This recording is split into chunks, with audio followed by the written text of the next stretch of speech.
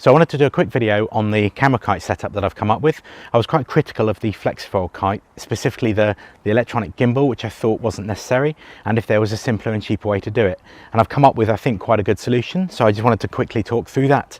So the first thing you will need is obviously a kite. Now I tried a few different kites, but personally I prefer a soft foil kite because it's the most transportable and the easiest, and they're pretty cheap.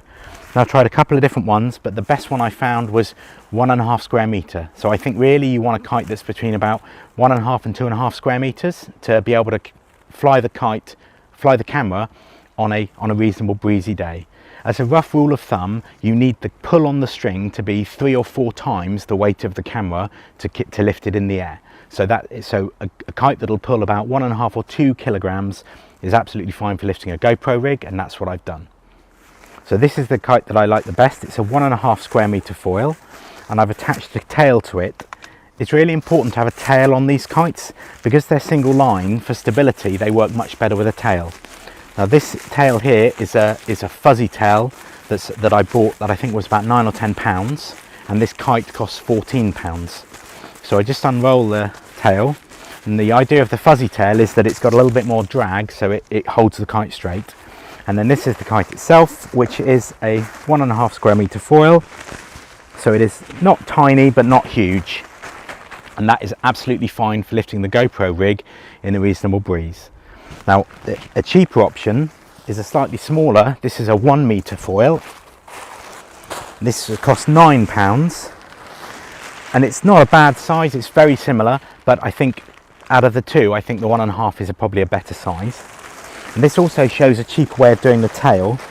So if you don't want to buy a professional fuzzy tail, what I've done here is you can buy these cheap tails on eBay. They cost about £2 or £3, and they're just a flat, what's called a ribbon tail. They've only got the attachment loop on one end, so you just have to cut some slots in the tail to make it a fuzzy, and then you just have to sew on another hook so you can attach it on both sides, and that's your kite. Okay, so the second thing you need is a reel and line.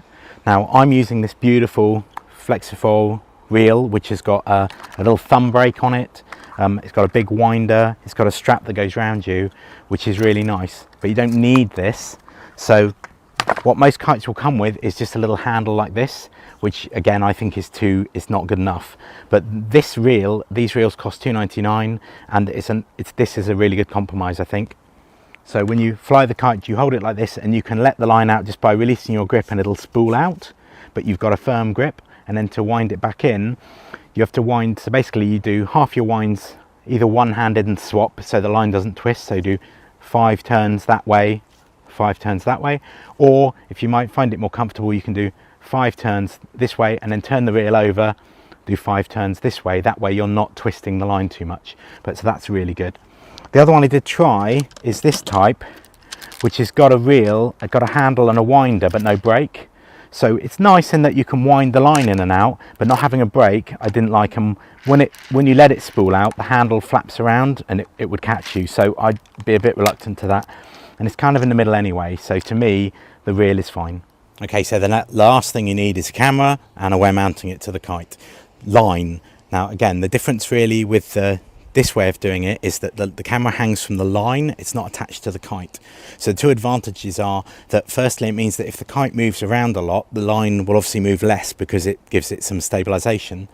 And the other advantage is that it means that when you're filming, if you want to film behind the kite, you're not going to have the kite in the picture because the camera is further down the line underneath it. So when you launch a kite, you need a helper. You need to launch the kite and get it so it's holding and pulling, which is typically somewhere between 30 feet, 10 meters or so. And then you can then attach the kite to the line, the camera to the line. Now the easy and cheapest way of doing that is using a selfie stick. So it just hangs down as what's called a pendulum. And to do this, there's a knot that you can do where you basically reach up behind the line, you twist it round, and then do a loop over. And as you can see, it's a little bit fiddly to do this. So when you have the pendulum style, it means that you can turn the camera to point a certain direction and it will pretty much hold that direction, because this will wobble a little bit but it won't twist very far. Now the disadvantages of doing it this way is that there is a little bit more swing on the pendulum, I found, and also tying this knot when the line is taut is quite tricky, and then unlooping it is a little bit fiddly too. But this is the cheapest way because the selfie stick is about £3. I've got a little screw on the top with a tap washer just to stop it sliding off, but that probably isn't, it's just me being safety cautious to not lose the camera. And then you've got the knot. But I prefer to use the other mounting, which is called a picavet. Now I made one myself out of plywood, which is not difficult. You literally just cut a piece of plywood into a square or a diamond shape, and then you just tie some kite line around it so that it will stay flat. So the idea is that the way these are threaded, however the angle of the kite line changes, the camera platform stays flat. So that works really well. That's just made out of a piece of plywood with some eyelets and some screws in, and just a GoPro tripod mount. But it's a little bit too heavy, so I prefer the other one. So this is the picavet I prefer, which is a 3D printed plastic. I got a friend just to 3D print it, so it's much lighter. And then it's exactly the same system. I've got these little clips on, which just hook onto the line, and they will then hold. So you can just literally clip it on without messing about trying to loop around the line. The camera then hangs down, and you can adjust it to point any direction. So because the kite is above this, if I want to film under the kite or to the left or to the right, the only issue obviously is if you film down the kite line, then the line will appear in your shot, but it's easy to avoid that.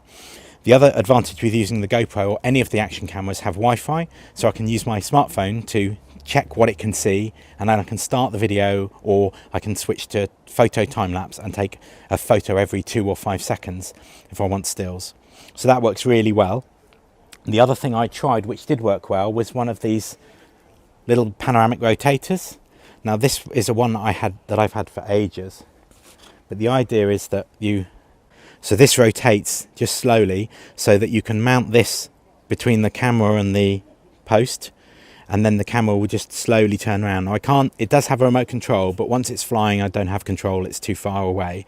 But it means that I can then use that either to take pictures all the way around, or if I'm doing a video shot, I get a panning video shot. And that works really well. That's an old one I bought a while back, but I bought a brand new one which is exactly the same. So this again, you'd use a GoPro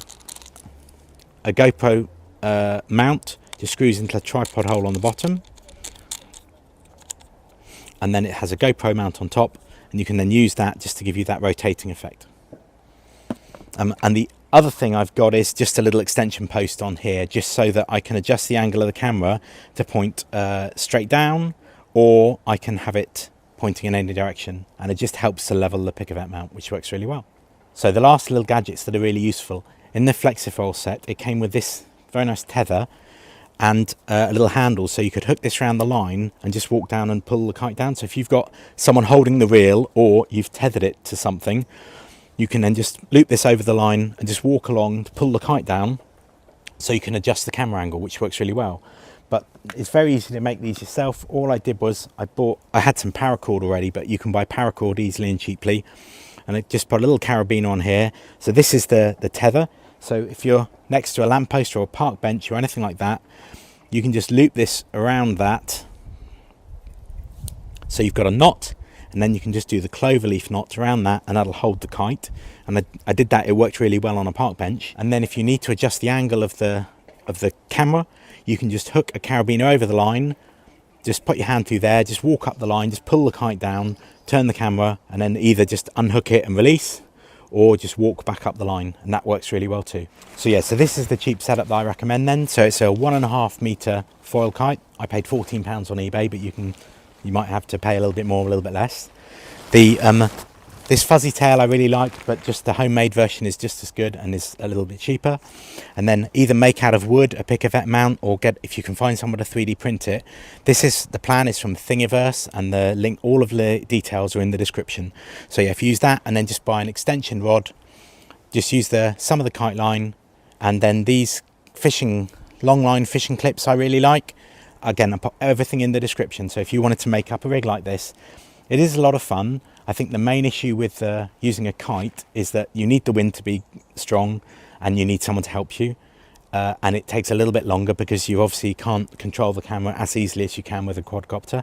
But it's, I think, a really fun challenge, and you can do it very cheaply. So you can have this set up for under about £30, and I think it's a lot of fun for that. Anyway, I hope this is useful. Thanks for watching.